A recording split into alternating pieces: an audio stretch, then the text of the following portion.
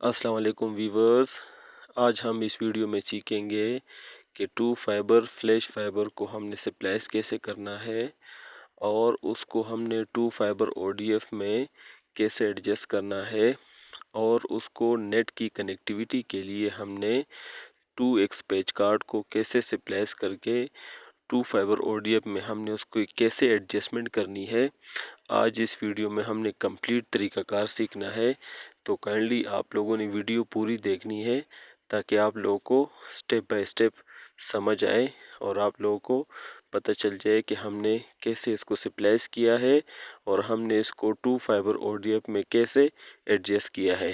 तो चलो व्यूवर्स, हम चलते हैं वीडियो की तरफ।